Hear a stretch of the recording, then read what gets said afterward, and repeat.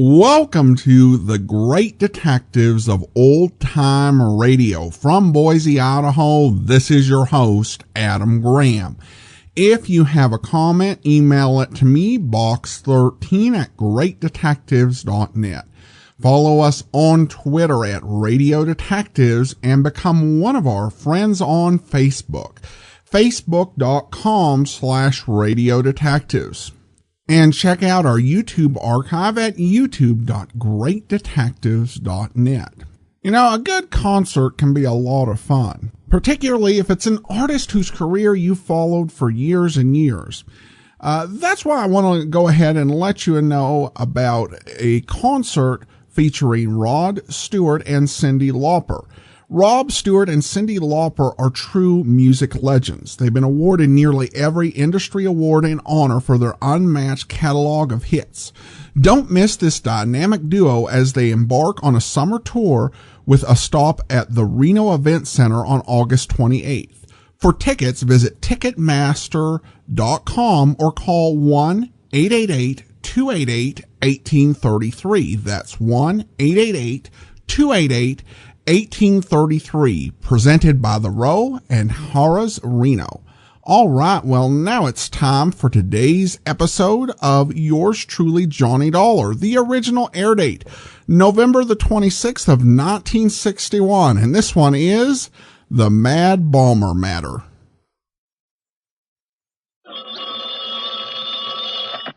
Johnny Dollar. Dollar, my name is Parnell. Hank Parnell. I live out here in Muddy Gap, Wyoming. Mr. Parnell. Yeah, just call me Hank. All right, Hank. And what did you say the name of your city is? City? Why, it's only a little town, Dollar. Muddy Gap, Wyoming. Muddy what? Which is what it sounds like. Muddy Gap. Muddy Gap. I see. Yeah, due west of Casper, south of Powder River. It's not too far from where the Poison Spider Creek begins. You look it up on a map, and, well, here we are. All right, I'll look it up. But what seems to be your problem, Hank? Oh, Dollar, I'm the owner and editor and reporter and, well, just about everything else in Muddy Gap Weekly Tribune. Yes? I'm also the only agent for at least 50 miles around here for the Great Southwest Insurance Company. Oh, I see. Yes, sir. Now, I wonder if you could hightail yourself out here in one big fat hurry. Well, that, And that means on that little old expense account of yours. Can you do it? Well, that depends. You are talking about insurance business now, aren't you? Well, not yet, Dollar, but, well, put it this way. Yeah? Unless you can give us a hand, Great Southwest is plumb liable not to have any office or agent or anything else out here anymore. Afraid I don't understand. Well, then let's put it this way. Yes? What I want you out here for is to keep the town of Muddy Gap from getting itself blowed right clean off the map. Well, sir? Well, sir, I'll be out to see you.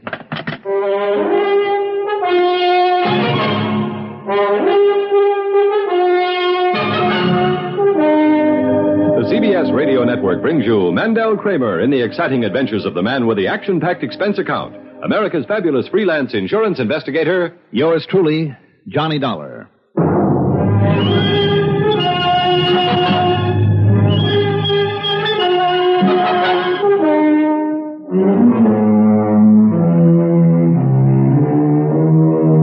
Expense account submitted by Special Investigator Johnny Dollar to the Greater Southwest Insurance Company branch office in the town with the unlikely name of Muddy Gap, Wyoming. Following is an account of expenses incurred during my investigation of the Mad Bomber Matter.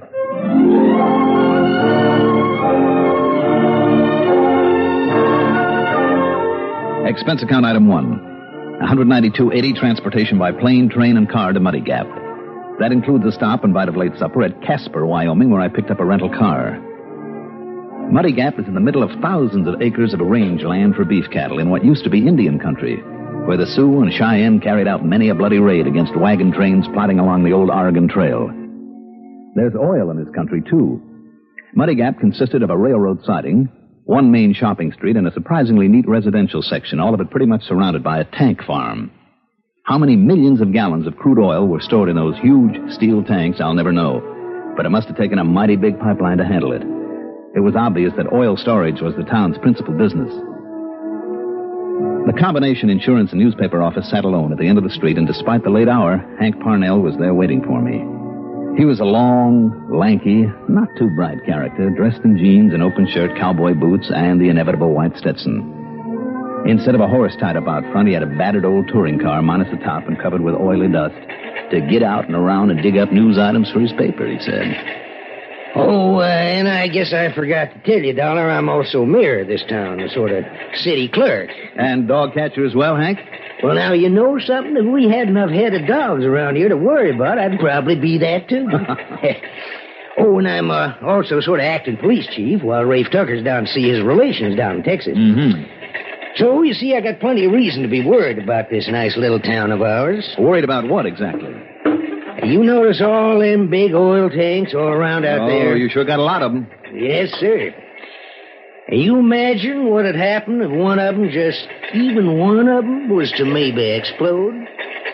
Dollar, there'd be just one long, continuous boom, and Muddy Gap wouldn't be no more. And maybe nearly 300 nice, fine people either be dead or, at the very least, homeless. But do you think something like that might happen, Hank? Unless you can somehow stop it, Dollar. Or rather, I mean stop him. Who? Billy Benbow's his name. Born and brought up right here in Muddy Gap. Yeah? A real bad boy. Always in trouble. Been a little older, he'd spend most of his time in the jail. Mm-hmm.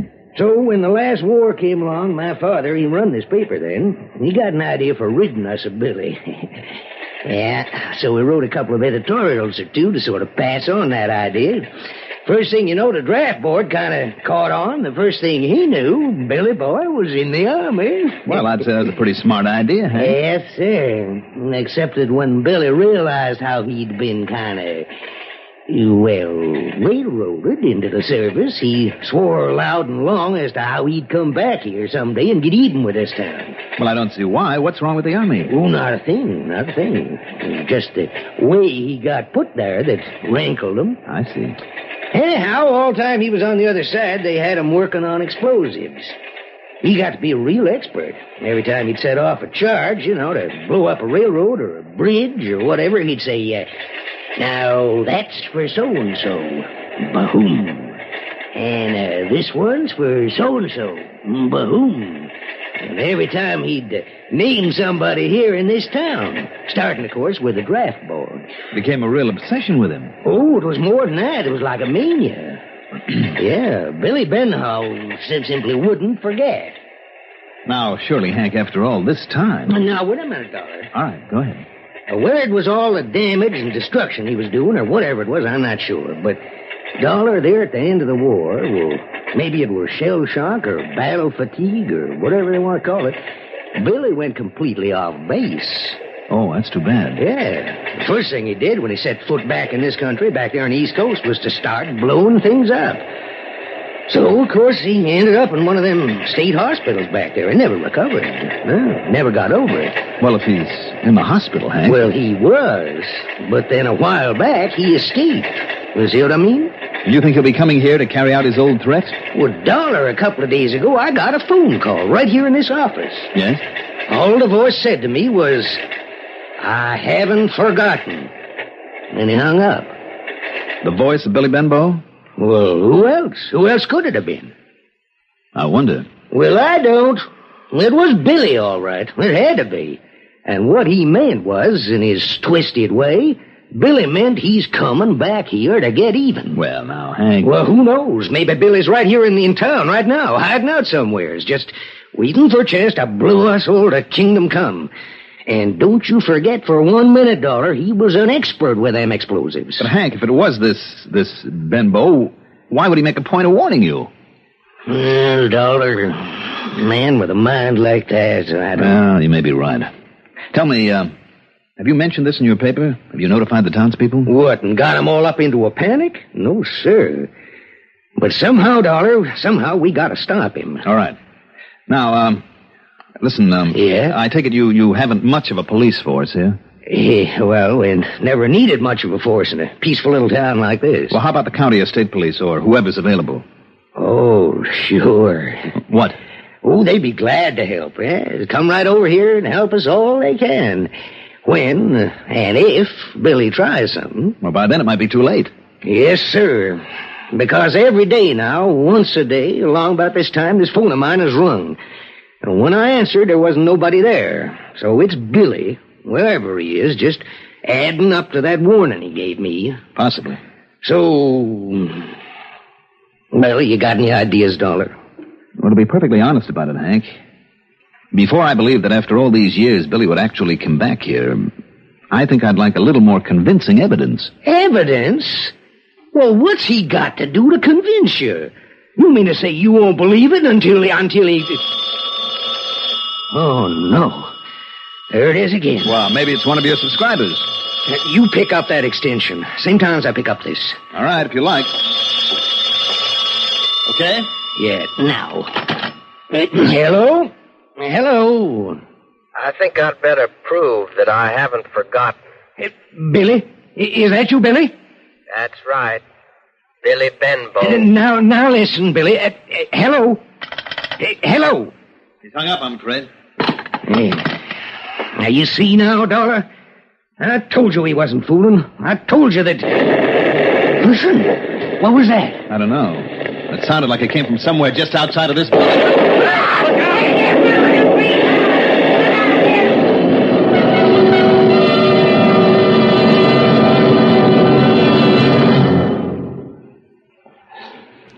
Remember how much racket automobiles used to make?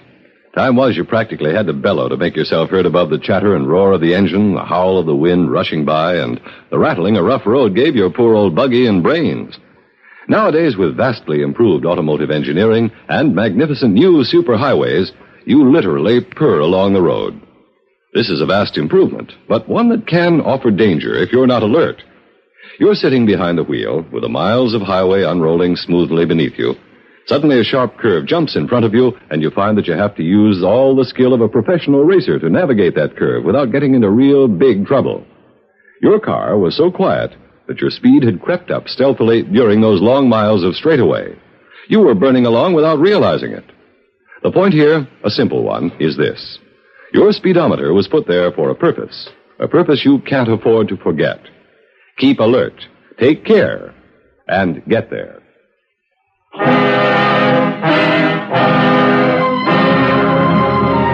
The next thing I remember was crawling out from under Hank's desk. Hank himself had tried to make a dash for the press room, but was forced back by the blast and ended up beside me. As for the press room, it was a shambles. Oh, my. Why here, Dollar? Why in here? Why'd he pick to blow up my press this way? Hank, didn't you say it was your father's idea? That way of getting him out of town? Yeah, you're right. And he spread the word by putting the stuff in the paper. All right, then maybe this is all he wants to do, put your paper out of business. Yeah, maybe so, Dollar. I hope so. But he's still got to be caught and locked up again. Yes, but where do we start looking for him? Well, he was here to set off this here bomb, wasn't he? Only seconds after you talked to him on the phone? Oh, yeah, you're right. If he was somewheres on the telephone, there's no other buildings nearby. How could he be around here, too? Wait a minute. Look. Looks like this is the answer right here. Why, that's a clockwork. That's right. A little timing device. That means, Hank, that he could have been 100 miles away. What is it, Hank? What's happened around here? Sounds like a big explosion. Yeah, that's... Oh, looks like one, too. Yep, it was all right, Pete. What happened? Hey, smells to me like dynamite in here. Dynamite? What's the matter with your smeller, boy? What? Well, just that big can of benzene I had for cleaning up the tap I used on the paper. It was, huh? Yeah, that's what it was. I had the dang thing up a little too close to the heater, and it blew up, that's all. Boy, sure funny it didn't start a fire then, Hank. What do you mean, funny? We were lucky, that's all. I guess you were. I'll tell you this, though, Hank. Just don't bother right now. It was only the can of benzene. No, I mean about you saying there wouldn't ever be any excitement around here when I took on this job. Oh, yeah. It looks like I was wrong. What is your job, Pete? Oh, I'm sorry. I should introduce you to. This is Pete Branson, huh? Oh, yeah. Him and Tony Batten are the rest of the police force here in Muddy Gap. Mm-hmm. Yeah, glad to meet you. What'd you say your name is? Johnny Dollar. But now listen, you hear the hoax out there? Yeah, Tony's out there, too. Well, you and him just keep that mob out of here, will you? Tell them everything's okay. It was just that... Just that can of benzene, like I said. Sure, Hank. Now, go on now. You and Tony keep that mob out of here. Okay. It's okay, folks. Just had a little accident back there in the print shop. Everything's under control. But just to make sure, Hank don't want anybody hanging around. Pete Now, Branson? come on, Tony. Let's get him all away from here. Come on. What happened to him, Hank? What, you mean his face? The way it's all cut up that way? Yeah. Well, it tells me he once got drugged behind a horse. You know, foot caught in the stirrup. Oh, I see. So the one thing he won't ever do anymore is get himself on top of a horse. Me, I don't blame him. Hank, that excuse that you gave for the explosion. Oh, you think I should have told him the truth and let him spread the word and get the whole town into a panic? Well, if we were sure there won't be any more of them, that Billy's satisfied his yen for revenge by putting your paper out of business, okay, but if your fellow townspeople are still in danger... And didn't you mention the draft board? Who are they? Oh, they're all long gone, daughter, except for old Grandpa Whedon. Oh, Lord. Well? Oh, Lord, that old house of his, it's right over near the terminal end of one of them pipelines off the tank farm, and if that place were to get blowed up, and if one of the tanks were to go, why, there'd be nothing left of this town. Then if Billy is still around... Well, how can we know? Wait a minute, telephone. What? It's the old-fashioned kind. It's no dial, which means you have to call an operator. Well, sure, Which also means that the operator has to call you. Come on, Hank. What are you going to do? I'm going to find out where that... Hello? Hank Parnell, whatever happened down there at your newspaper office? Listen, operator. Whatever you had blow up over there fairly shook me out of my chair. I haven't had such an explosion here in Muddy Gap since Allie Briscoe's still blew up and everybody thought the whole tank farm was gone. Look, miss. Look, Hank, you better tell me what happened so I can... Well, I mean, you know, in case somebody calls in and wants to know. Operator, well, will you listen to me a moment? What?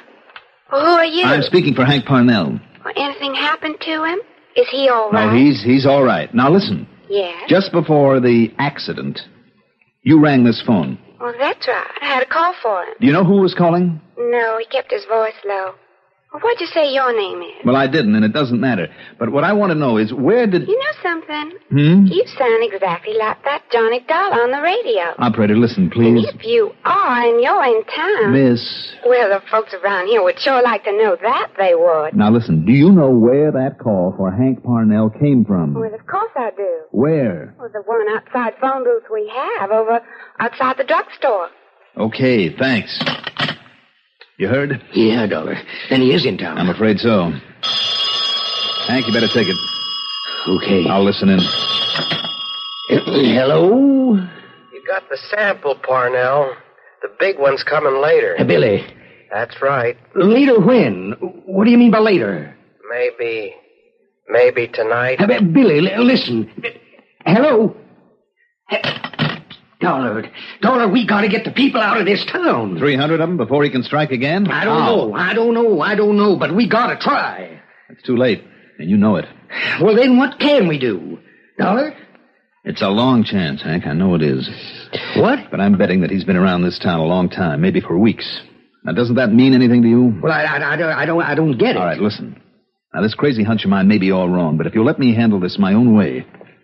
Will you, Hank? In spite of the fact that it may mean jeopardizing all the people in town.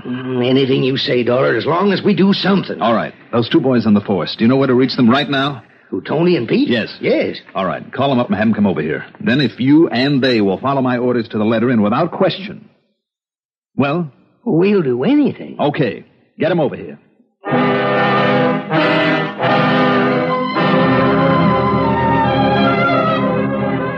It meant staking a lot on my limited knowledge of the criminal mind, possibly risking a lot of innocent lives.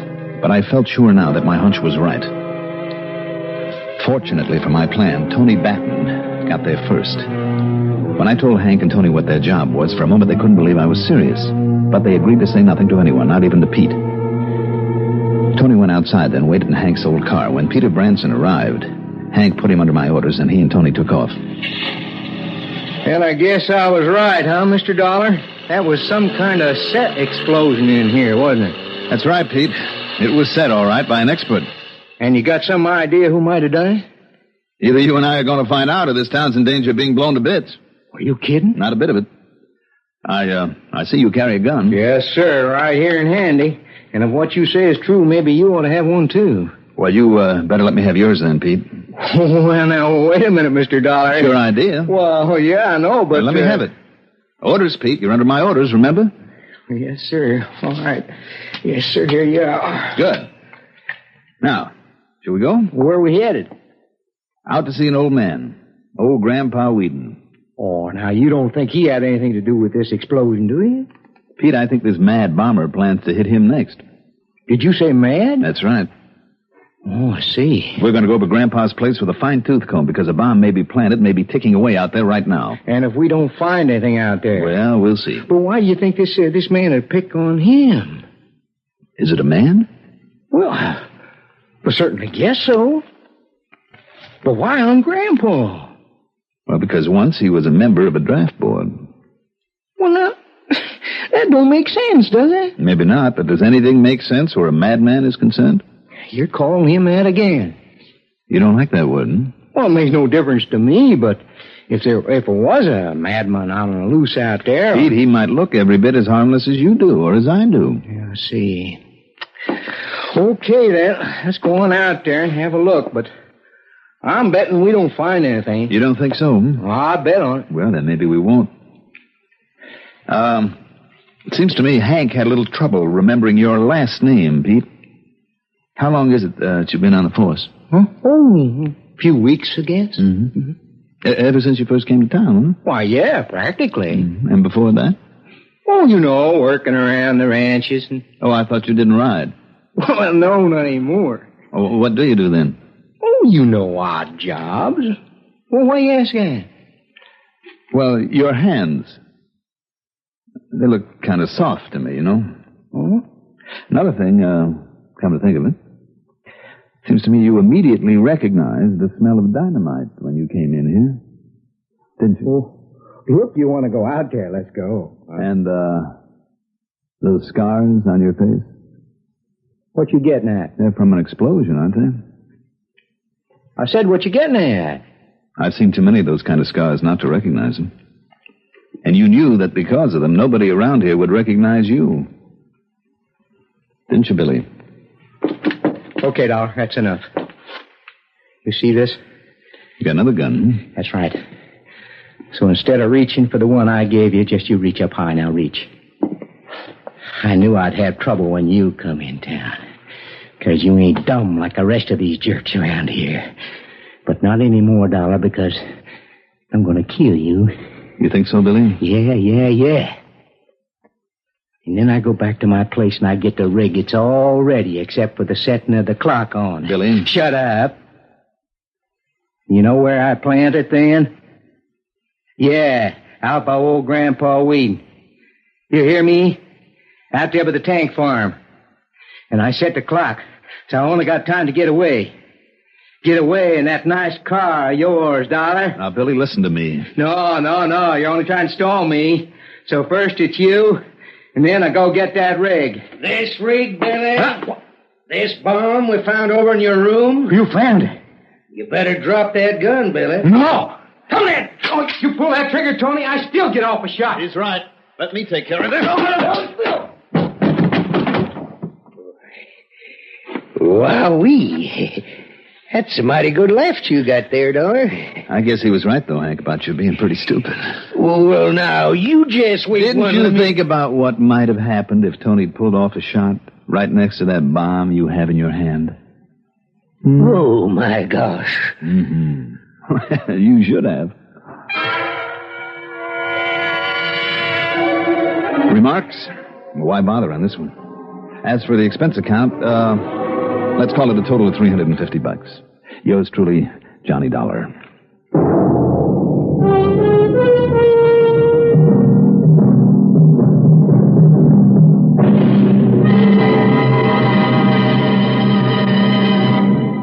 Now, here is our star to tell you about next week's story. Next week, a beautiful girl, a handful of coins, and a mysterious disappearance. Join us, won't you? Yours truly, Johnny Dollar.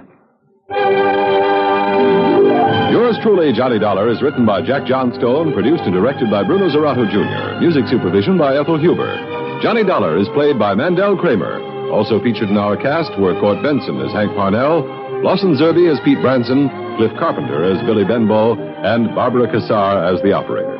Be sure to join us next week, same time, same station, for another exciting story of yours truly, Johnny Dollar. Art Hanna speaking. The #1 network for news, expanded CBS News on the CBS Radio Network. This is WROW Music in Albany, New York. A newcomer in town can feel mighty lonesome. Welcome Wagon hostesses make these newcomers feel wanted when they make their cordial Welcome Wagon visits. Their baskets contain useful gifts from civic-minded businessmen, invitations to participate in varied social and volunteer activities of the many civic agencies in the community. In addition, every Welcome Wagon call recipient in the greater Albany or Schenectady areas, as well as Delmar, Latham, or Scotia, is invited to attend the local Welcome Wagon Club. This is an organization of newcomers all anxious to make friends. Various Welcome Wagon clubs vary from 30 to 150 members who meet monthly. Their interests include bowling, golf, cards, handcraft, and dancing. You can help to make your new neighbor feel at home. Call State 59640 today and make your neighbor eligible for the many opportunities in a Welcome Wagon Club. Remember, State 59640. WROW Music Time now, 25 minutes before 7 p.m. Welcome back. Muddy Gap, Wyoming is actually a real place name. So thanks so much for John Abbott's book for pointing that out, among other interesting facts. John Abbott, of course, the writer of the Who Is Johnny Dollar matter. This one had a good setup with Johnny coming out to somewhere you wouldn't really expect Johnny to go. This town in the middle of nowhere, essentially. The mystery was probably not hard for me because I immediately became suspicious of the guy who was new to town in this, very small, close-knit community. It was just really weird that the newspaper editor did not absolutely know the guy. So that was probably the biggest clue. Now we turn to listener comments and feedback, and I had read an email a couple weeks ago, I believe, about a listener who wanted me to see about doing Perry Mason. And I said that from what I could see, it didn't appear that they had complete stories.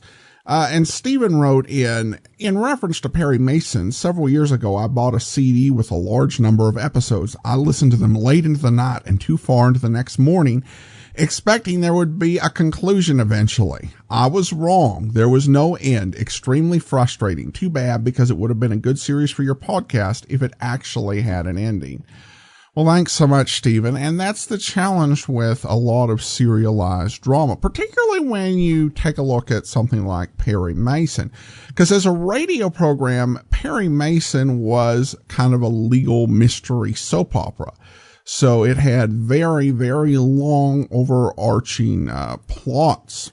And so you would need a lot of episodes to be available in a row. And I've seen disc advertised, selling Perry Mason, where they're talking about, potentially, 300 episodes, but there's just not enough in a row for you to get a complete story, or even a semi-complete story. If you had one where, it's a 200-part story and, 7 or 8 episodes missing here and there is probably not a big deal, as long as it has the ending. That's the big thing. And unfortunately, it doesn't. So thanks so much for confirming that, though, Stephen. I appreciate that. And that will do it for today. Join us back here tomorrow for Dragnet. Next Friday, another episode of yours truly, Johnny Dollar. In the meantime, send your comments to box13@greatdetectives.net. Follow us on Twitter at Radio Detectives, and become one of our friends on Facebook. Facebook.com/Radio Detectives. From Boise, Idaho, this is your host, Adam Graham, signing off.